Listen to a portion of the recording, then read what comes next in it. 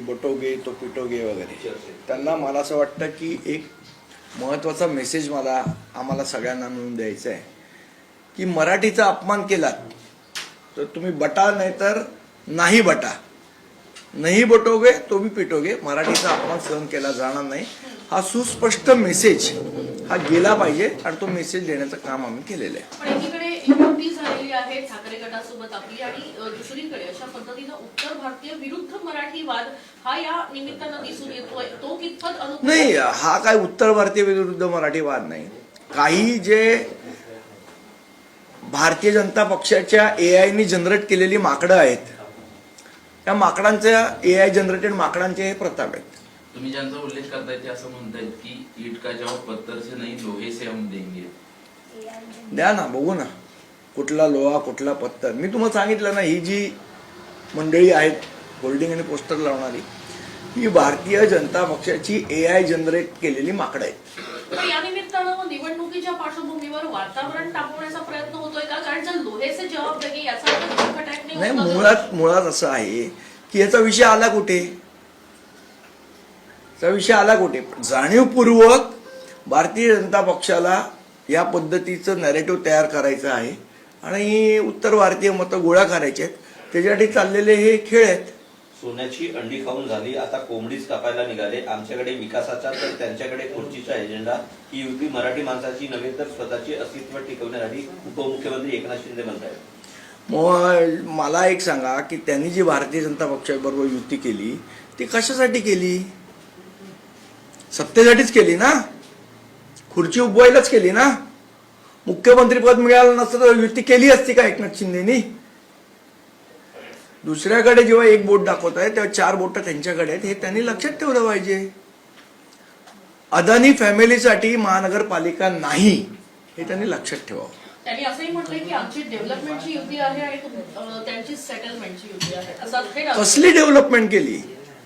मला एक त्या प्रश्नाचं तो उत्तर द्या. 2 पूल आणि 1 रस्ता म्हणजे डेव्हलपमेंट होत नाही. इथे राहणाऱ्या मुंबईकरांचा हॅपीनेस इंडेक्स किती आहे? खरोखर जनता खुश आहे का?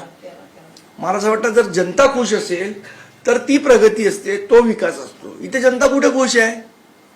लोकांना नोकऱ्या नाही, एक अटल सेतू बांधलाय पण इथले रस्ते सगळे खड्ड्यात भरलेले आहेत. रोज तर काय उठून मी रोज अटल सेतू वरनं नाही ना जाणार आहे. जे मुंबईचे रस्ते आहेत त्याची काय अवस्था आहे? जागोजागी कचरा पडलेला आहे, कचऱ्यामध्ये 2-2 हजार कोटीचे भ्रष्टाचार केलेले आहेत. याची उत्तरं भारतीय जनता पक्षाला द्यावी लागतील ना. शेवट तुम्ही 20 वर्ष सत्तेत होतात महानगरपालिकेत, भारतीय जनता पक्ष विसरली का?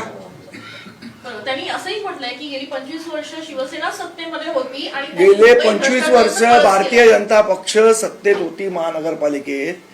पहारेकरी म्हणून स्वतःला म्हणून घेत होते. ते पहारेकरी का झोपा काढत होते का डोळे मिटून हात पुढे करत होते? एकदा उत्तर त्यांनी पण द्यावं. आशिष शेलारांनी देखील काल टीका केली. ते म्हणतात की कालची पत्रकार परिषद नव्हती, ती शॉर्ट फिल्म होती. आवडली की नाही आवडली? सेन्सॉर झाली नाही म्हणतात ते अजून. शेलारांचा प्रॉब्लेम असा आहे, त्यांना सध्या त्यांच्या पक्षात विचारत नाही, त्यामुळे रोज हल्ली त्यांना रामदास आठवले चावलेत. राज ठाकरे यांनी काल म्हटलं होतं की पोरं चोरणारी टोळी सध्या कार्यरत झाली. त्याच्यावर एकनाथ शिंदे असं म्हणतायत की जे स्वतःची पोरं सांभाळू शकत नाही ते महाराष्ट्र काय जर सांभाळणार? सत्तेतलेच लोक गुंडांसारखे चोरायला लागले तर काय करायचं? दुसरीकडे आम आदमी पार्टीनं कुठेतरी तुमची बाजू घेतलेली बघायला मिळत आहे की BMC is not a family business, असं जेव्हा बीजेपीने राज ठाकरे आणि उद्धव ठाकरे यांचा फोटो घेऊन ट्विट केलं होतं, त्याला आम आदमी पार्टीनं रिप्लाय केला आहे. आणि अमित साटम पासून राहुल नार्वेकरांपासून कसे फॅमिली पॉलिटिक्स मध्ये यांचे किती सांगायचे. आता कोण, मला वाटतं अमित साटमांचा मेवणा पण आहे ना नगरसेवक, शेलारांचा भाऊ आहे, दरेकरांचा पण भाऊ आहे. अजून यादी निघेल. अगर बात निकलेगी तो बहुत लंबी जाएगी. कोणाचा फॅमिली बिझनेस आहे ते कळेल ना. आणि का अदानीचा फॅमिली बिझनेस करायला महानगरपालिका आहे का? अदानीला धारावी द्या, अदानीला हे द्या, अदानीला ते द्या. मग अदानींच्या फॅमिलीसाठी महानगरपालिका तुम्हाला ताब्यात पाहिजे का? अदानी अंबानींच्या फॅमिलीसाठी हे पण एकदा सांगावं. मतांसाठी आता पलटी मारत आहेत, पण यांची जुने पापे त्यांना धुता येणार नाहीत. मुंबई आणि महाराष्ट्रातही हिंदुत्ववादीच आहे, महाराष्ट्रही हिंदुत्ववादीच आहे, माझी पैदास हिंदुत्ववादी, असं मुख्यमंत्री देवेंद्र फडणवीस. आम्ही काल बघितली व्हिडिओमध्ये. तुम्ही त्यांची व्हिडिओ पैदास. ट्विट केले दोघं त्यांचा व्हिडिओ नेत्यांनी ट्विट केले नक्की काय त्यांच्यातून म्हणायचे? अल्लाह हाफिज असं त्याच्यामध्ये उल्लेख देखील आहे. अरे ज्यांची पैदास हिंदुत्ववादी आहे त्यांचे व्हिडिओ आहेत ते. किती छान हिंदुत्ववादी दिसत आहेत त्याच्यात. ते कौतुक वाटलं म्हणून व्हिडिओ ट्विट केले. पण असं काही वारंवार आणखी व्हिडिओ- मुंबई महानगरपालिकेचा रंग हिरवा करण्याचा प्रयत्न हा करण्यात येतोय असा आरोप जो आहे तो ठाकरेंवर होताना बघायला मिळतोय. हिरवा रंग आणि ठाकरेंवर आरोप.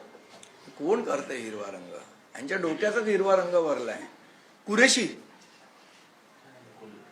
आशिष कुरेशी म्हणजे मुंबईला लागलेली बुरशी आहे.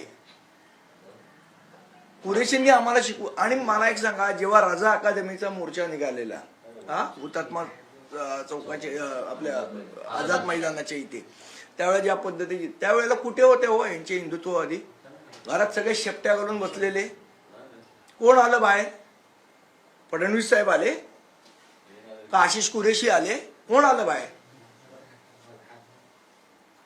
का अमित खान आले? कोण आलं? कोण बाहेर? त्यामुळे ह्यांनी आम्हाला हिंदुत्व वगैरे शिकवू नये. तुम्ही काल व्हिडिओ ट्विट केलात आणि राज ठाकरे देखील म्हटले की माझ्याकडे देखील असे खूप व्हिडिओ आहेत. नक्की काय त्या व्हिडिओच्या माध्यमातून तुम्हाला त्या वाक्याचा अर्थ पण काय घ्यायचा? नाही, मला असं वाटतं येणाऱ्या दिवसात कळेल. आणि आता हे व्हिडिओचं लावले तो व्हिडिओ पुन्हा सुरू होणार आहे. येणाऱ्या दिवसात मला असं वाटतं याची सगळ्याची उत्तरं मिळतील. अभी तो सुरुवात आहे. शिवसेनेला 4 कारकून आणि बडवे यांनी घेरले होते, त्यामुळे हे कारकून आणि बडवे कोण यांचे उत्तर राज ठाकरेंनी अगोदर द्यावं, असं आशिष शेलार काल म्हणाले होते. आपत परिस्थितीत नाही, कुठल्याही परिस्थितीत नाही, राष्ट्रवादीशी युती नाही नाही नाही. एकीकडे महायुती सध्या सक्रिय असलेली बघायला मिळते, मात्र त्याच्यामध्ये अजित पवार पुढे सक्रिय नाहीयेत. अजित पवारांना डावलून नाही, मला वाटतं अजित पवारांना प्रश्न विचारा, तेच उत्तर देऊ शकतात. मी त्यांच्या वतीने उत्तर कसं देणार? पण मग हिंदुत्व आणि हिरवा रंग हा अजेंडा पुढे येण्यासाठी अजित अहो, पवार जे काय नवाब करत मलिकांच्या मांडीला मांडी लावून बसले ते काय आम्हाला शिकवत आहे? सत्तेसाठी बसले ना. नवाब मलिकनं घेतलं ना पत्राखाली. एवढे पर्सनल आरोप नवाब मलिकांनी ज्या देवेंद्र फडणवीस साहेबांवर केले, त्या नवाब मलिकांना सोडवण्याचं काम कोणी केलं? भारतीय जनता पक्षानेच केलं ना.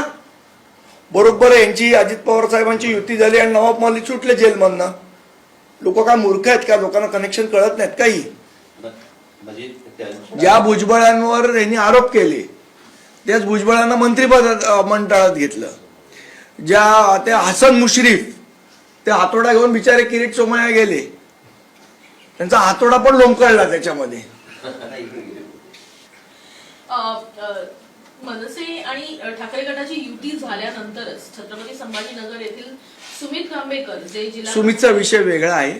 आमची तिचं बोलणं चालू आहे. थोडी नाराजी आहे, आम्ही बोलू त्याशी. पण मग ही नाराजी दूर करण्याचा प्रयत्न असेल तर आम्ही काही बोलू, आमचे नेते मंडळी पदाधिकारी- बोलतील त्यांच्याशी.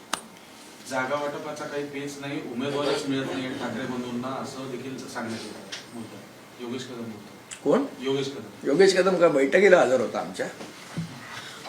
फुल अँड फायनल यादी कधीपर्यंत येऊ शकते? कारण अवघे 21 दिवस राहिले. अजूनही चर्चा चालू आहे. आज उद्यामध्ये यादी फायनल. दादरच्या जागांवरून काही घोळ या प्रोसेसमध्ये मी नाही, आमचे वरिष्ठ नेते नांदगावकर साहेब आणि सरदेसाई साहेब बघतायत.